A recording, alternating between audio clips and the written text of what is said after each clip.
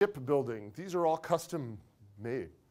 I mean, airplanes are also custom made, although people don't seem to think so. They're all unique. I mean, each airplane you fly in is built to the specifications of that particular airline with different amounts of legroom. And then, anybody here heard of Dell? What does Dell make? Computers. When do they make your computer? When you order it. So it's a custom-made order, and so your computer's custom, unique, and therefore Dell uses some form of either job order costing or activity-based costing or some combination thereof, more than likely to keep track of the cost of your order as being separate and distinct from somebody else's order. Right, Sadie? Yes. Okay. Now, so those are, and so how are we going to calculate cost here? Let me write this down. Well, let me ask this question. Does anybody here know how to bake cookies? Who knows how to bake cookies? And not the, well, you just buy a tube and you slice them. Not that answer, okay? Because we get that. I get that sometimes. I get that sometimes. So how do you bake cookies? Flour, sugar, butter, eggs, oil, vanilla,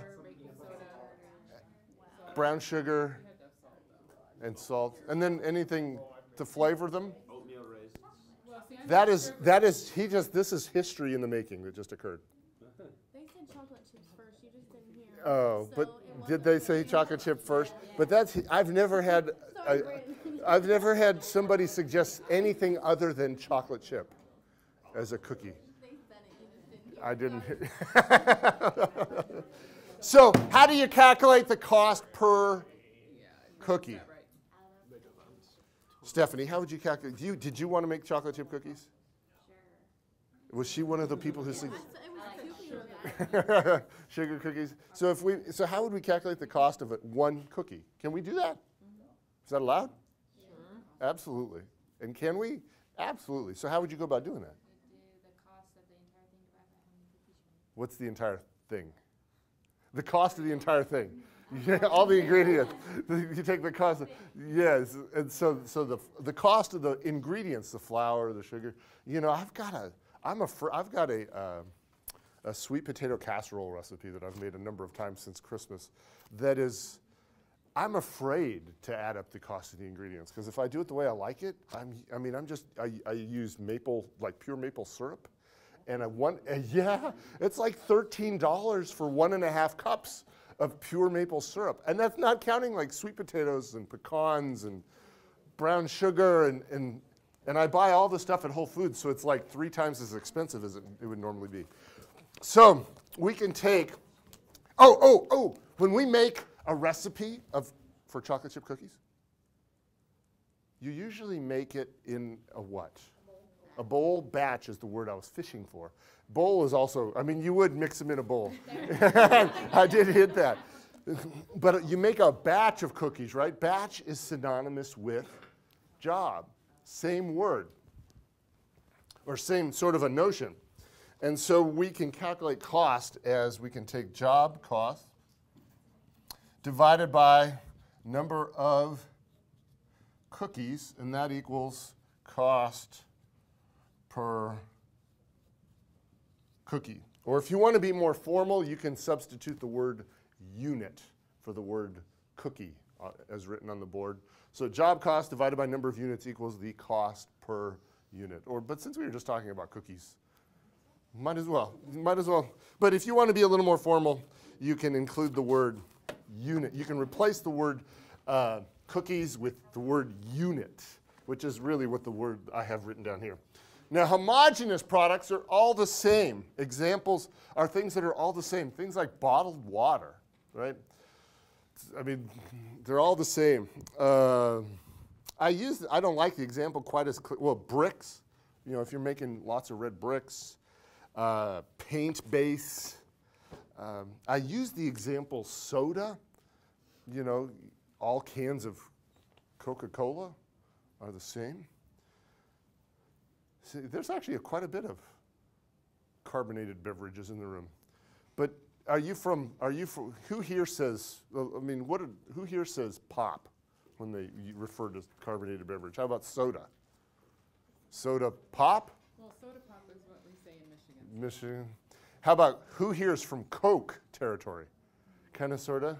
Because in Texas, all carbonated beverages are Cokes. And so you could theoretically have the conversation with your waitress in Texas. I'd like a Coke, please. What kind of Coke would you like? And you could say, do you have Pepsi? And so that's a little wrong, isn't it? But it is, in theory, that conversation would never happen in Texas because in Texas they drink Coke, we switched to Pepsi at my old university and people got all really riled up about that. And then another classic example of a homogeneous product is an oil refinery. Right? Has anybody ever seen one? Yeah. What? Wouldn't it be like the oil, not the actual oil refinery itself? Well, what the oil refinery for the most part is turning oil into gasoline. Mm-hmm. And so that, yeah. Oil, But the thing is it's a big plant that does one thing. It turns oil into gasoline and a few other stuff. Car oil and a few other things. But for the most part, it does one thing. Lots of oil in, lots of gasoline out. And that's about it. That's homogeneous product. And another example, kind of American, is Henry Ford's Model T, which was not the first assembly line in the United States, but it was the first profitable assembly line in the United States, where anyone in America, he made cars cheap, affordable for most Americans for the first time, and people could purchase any color they wanted, just so long as it was black. So they were identical, mass-produced cars for the first time. That's a homogeneous product. They were kind of expensive, but they were still